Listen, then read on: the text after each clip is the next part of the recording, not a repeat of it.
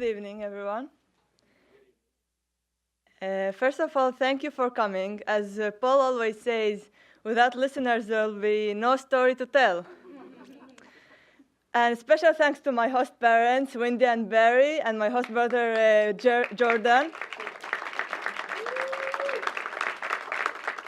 Thank you for hosting me in your house, in your beautiful house, and for the persistent support. Thank you. Also, thanks, Paul, for giving us the opportunity to be here today. So, my name is Hazar Badin, and I have a story to tell. When I was 9 years old, during the summer vacation, it's hot, sunny July, my parents decided to send me to a summer camp. It was a nice summer camp. I liked our counselor. She used to prepare for our arrival each morning by putting the colorful rug on the green grass and preparing for us this sweet, wonderful cherry juice. Me, my sister, and my cousin were the only Arabs in that summer camp, and they separated us to 3 groups simply because of the age difference.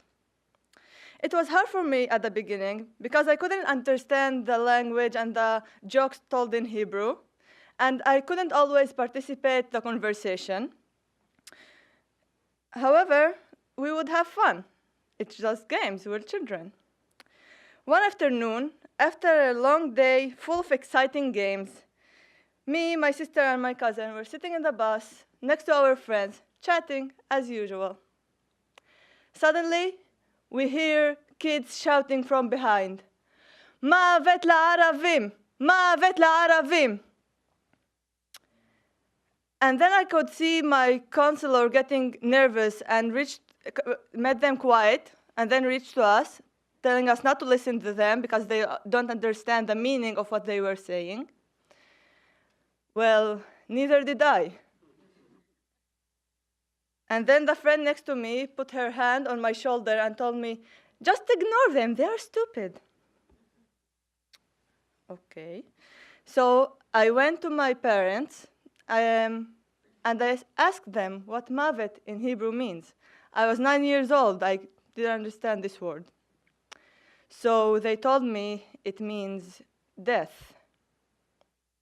Those little kids were shouting mavet la'aravim, death for Arabs. Me, my sister, and my cousin were the only Arabs in that bus.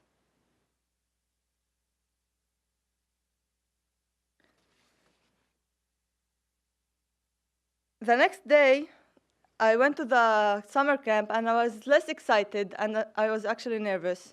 I could hear the principal talking in the microphone. I didn't understand everything he was saying, but I could know by the glimpse and the looks at me from the other kids that he was talking about what happened the day before. Still, not my language, still had nothing to say. Time passed by, and I improved my skills in reading and speaking Hebrew, and I could see graffiti in my town and many other places, writing the same statement those kids were saying, death for Arabs. Growing up in this reality, I got used to it, and I chose not to give it importance and move on. 10 years later, I became a student and moved to a small town near Haifa city on the Carmel Mountain, a mountain that lays on the shores of the Mediterranean Sea that Palestinians, Jews, and tourists as well would like to visit at least once in a lifetime to see some of its charm. It was exams period, and I was exhausted, so I decided I wanted to go to the store to buy some chocolate and treat myself. And then I could hear kids playing, probably with stones. And then one of them shouts in Hebrew to his friend, "Why are you throwing stones? What, are you an Arab?" I never intervened. I took a deep breath and continued walking as I didn't hear anything. Still saying to myself, those are little children, they don't understand the meaning of what they were saying.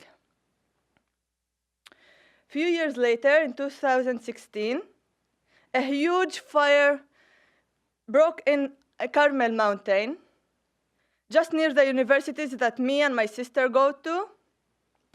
And I remembered myself that day how upset I was, because what a great loss. The beautiful mountain was wounded now.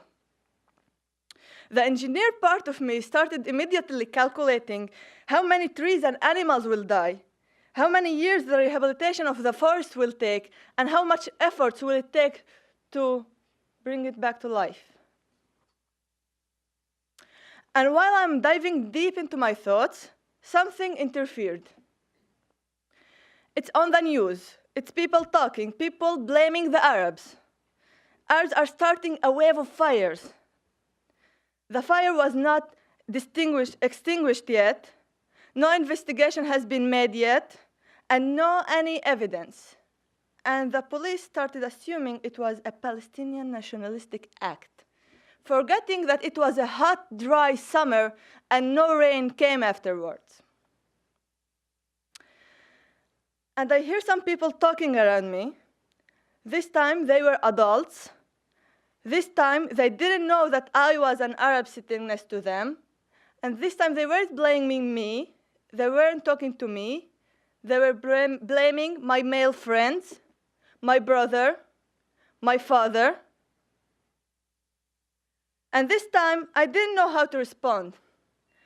It's not because they were children and they didn't understand the meaning of what they were talking.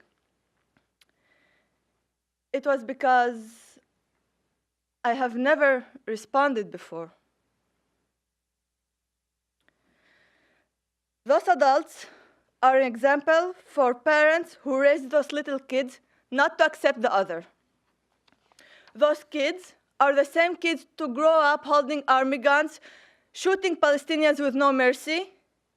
Those are the same kids to grow up to occupy governmental offices, preventing Palestinian literature and arts, ordering demolishing residence houses, preventing my grandma going back to her house since 1948.